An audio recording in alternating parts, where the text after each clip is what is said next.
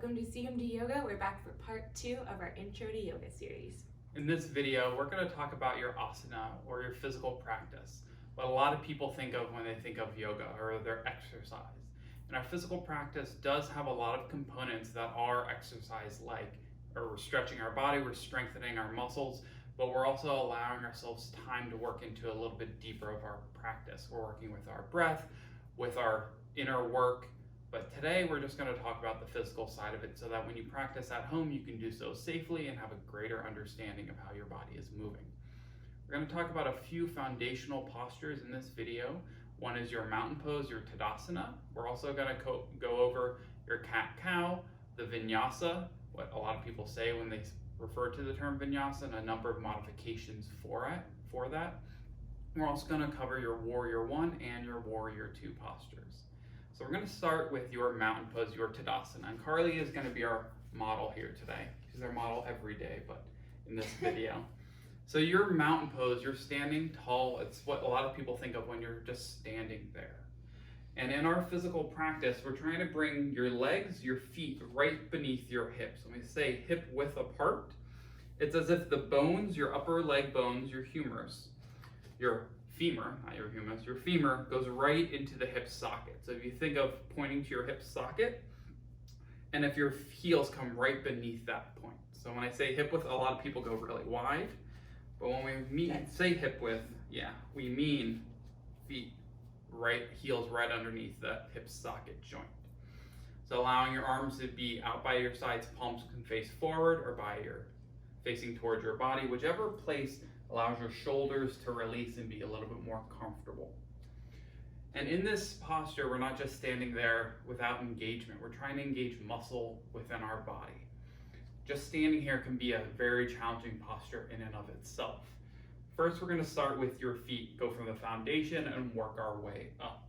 So an easy way to help engage your feet and your legs is simply by lifting your toes, lifting all 10 toes off the ground. You're going to feel your feet engage and activate.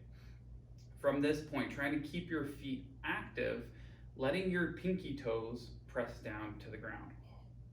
I love seeing toes spread. So trying to keep your feet engaged, the arch is lifting, allowing the rest of your toes to start to release. And just notice how much muscular engagement you have in your legs, your quadriceps, and your shins, your calves, and your feet. That's just the start. So as we work up from there, allowing your navel to draw in and your chest to lift and your ribs to hug in as well. And allowing the crown of your head to sit right in line with the rest of your shoulders and your hips. So a lot of the time we let our shoulders and head and neck start to draw forward, especially being on devices, a phone or tablet or on a computer. So trying to stand tall, bring the back of your head in line with the back of your body. Not your chin up or down, a nice neutral space. So just standing here and breathing is a practice, is a physical practice. Finding this muscular engagement in your body can be strenuous. So this here is our mountain pose, our Tadasana. And a lot of other postures that we talk about are modifications or variations of this movement, of this structure of our body. So we're taking this strong platform to work from, this foundation, and we're adjusting or removing. It's trying to find the same amount of strength there as we have here. How do you feel? Strong?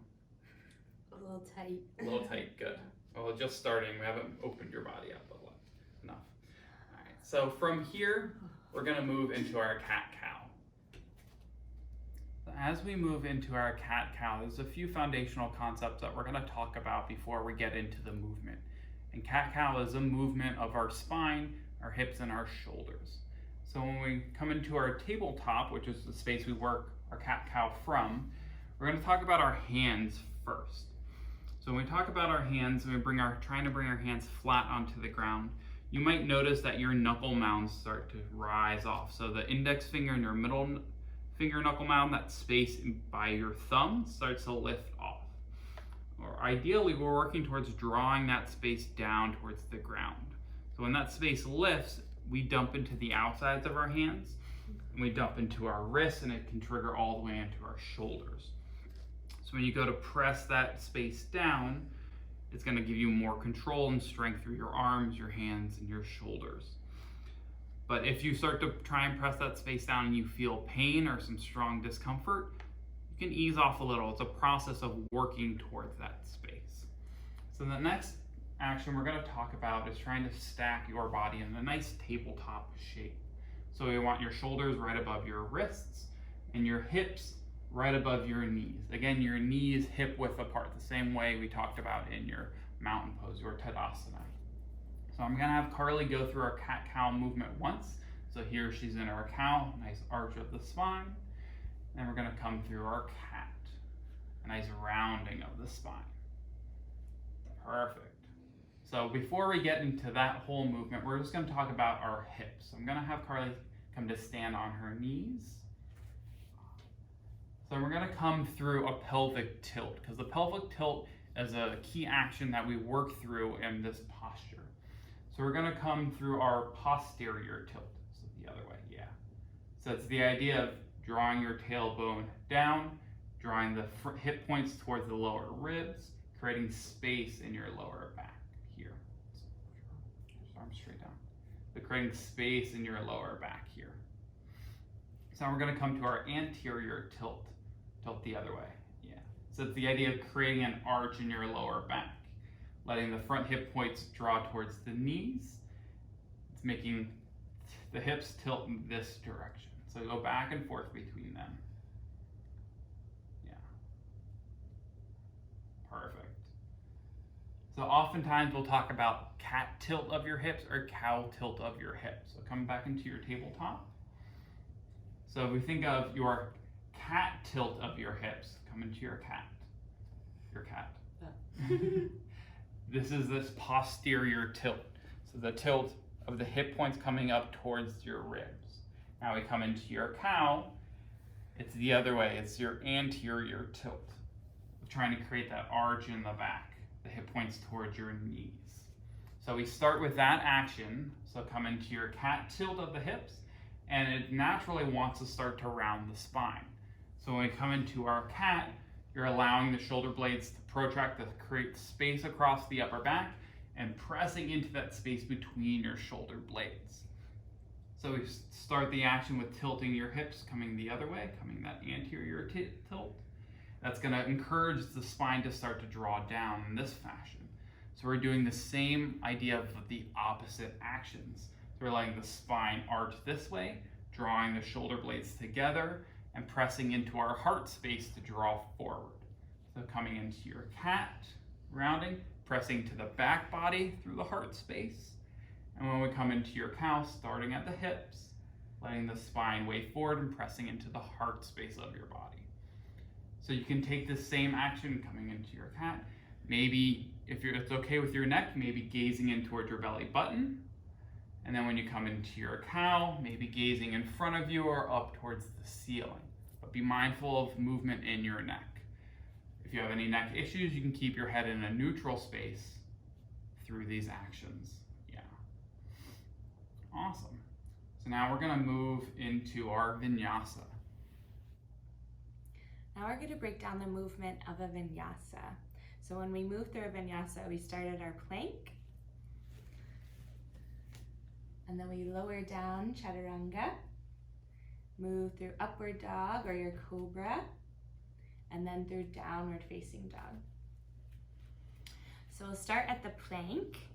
And when we come into our plank, we want to make sure there's a long line of energy from the crown of the head out through the heels. So we don't want the hips too high or too low. So if it's too low, it's just a lot of strain on the back. So if you can't come into a plank with a straight back, just lower the knees down, and then long line of energy from the crown of the head out through the tailbone here.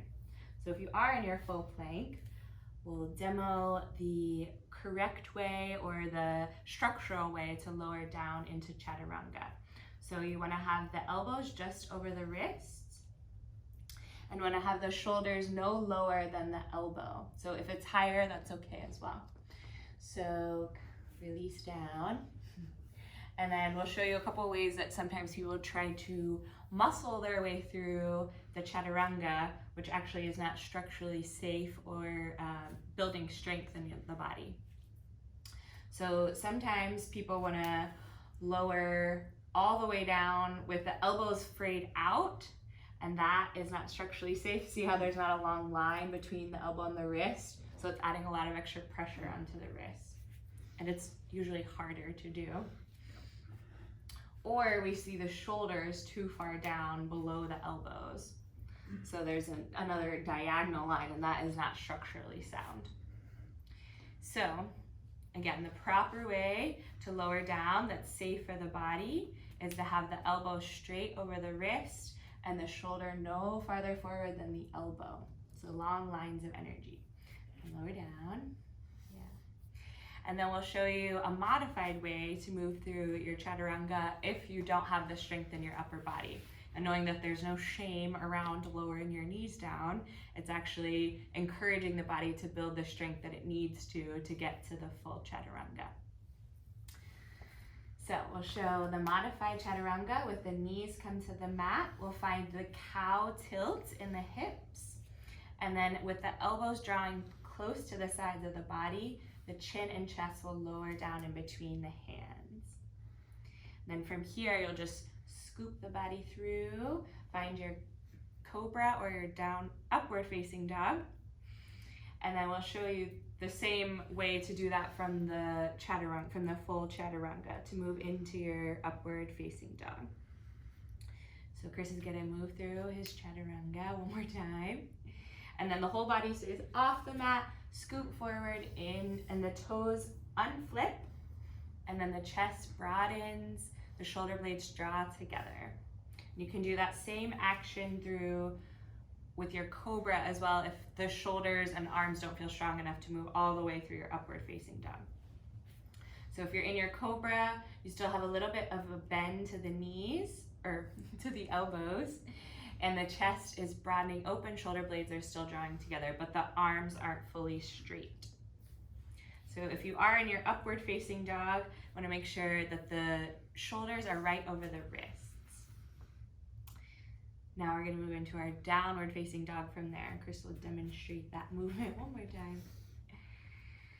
So upward facing dog, the body is off, the toes are under, and then you'll just tuck the toes the other way and rise the hips all the way up into your downward facing dog.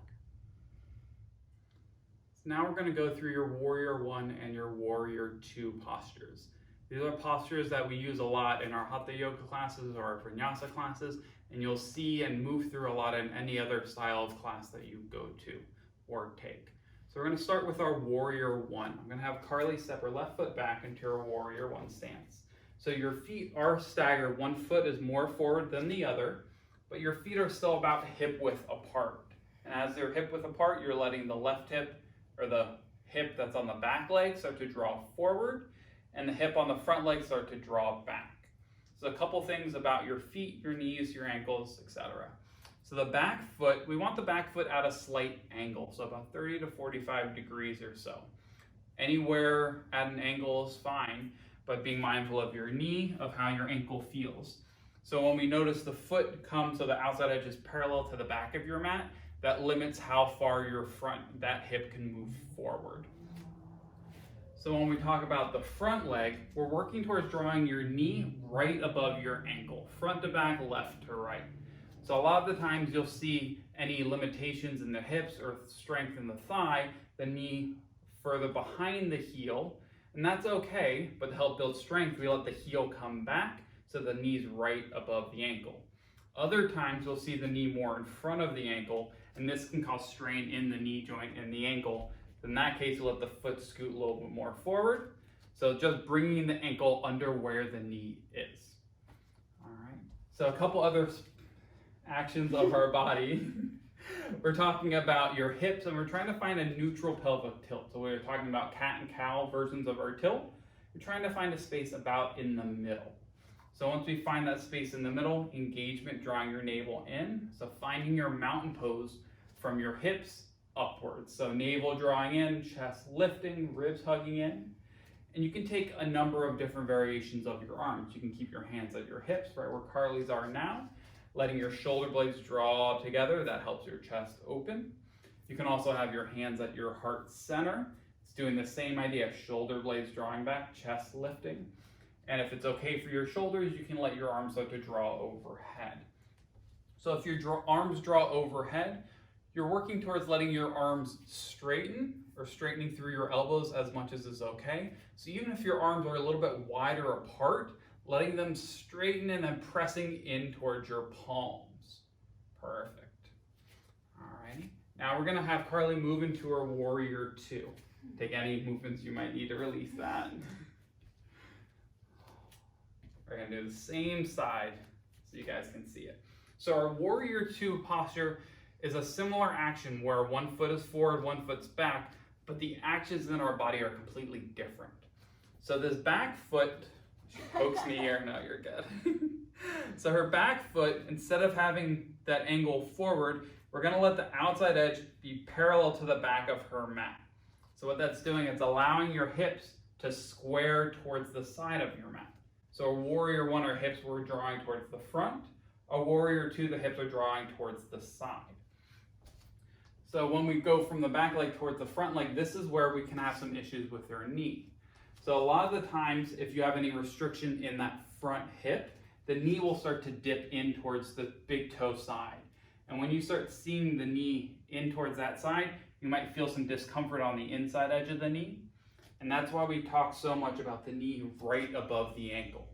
So the same idea of moving the ankle underneath the knee. So if you feel the knee dipping in and you have limitations, let the whole foot go over so that ankle is right underneath the knee to help support it. All right, awesome. So from here, you're letting the hips square towards the side of your mat and finding that neutral tilt of your hips once more. If you have any restrictions, you might feel that cow version, that tilt of the hips, the belly, the ribs, the chest jutting out. So drawing the navel ribs in, just like what Carly was doing, letting that neutral tilt of your hips find you. Again, your hands can be anywhere that works best for you. They can be your hips, your heart center, again, the shoulder blades drawing towards each other, or your arms out into a T. So letting your hands be about shoulder height. So your hands not higher, it can be lower, but you're working towards here. And think about reaching out through your fingertips while letting your shoulder blades draw in towards each other. And we're still finding strength in our arms. So I like to say, imagine a bookshelf underneath your palm and pressing down on your hand. I know I'm making it really hard on her here. Down on your hand to try and engage the strength and keep that there when the bookshelf isn't there anymore. Awesome. And your gaze can be anywhere that's comfortable for your neck. If you'd like, you can imagine gazing over your front fingertips. I like to say, imagine a little figurine of you doing this posture on your right middle finger, your front middle finger, just gazing at that little figurine. All right, now you can come out of it. Like, thank goodness. She's gonna do the other side just to make sure her body's even. So thank you guys so much for joining us for this part of our video series on Introduction to Yoga. The next one we're gonna talk about is our breath work, our pranayama. So I'll see you guys then.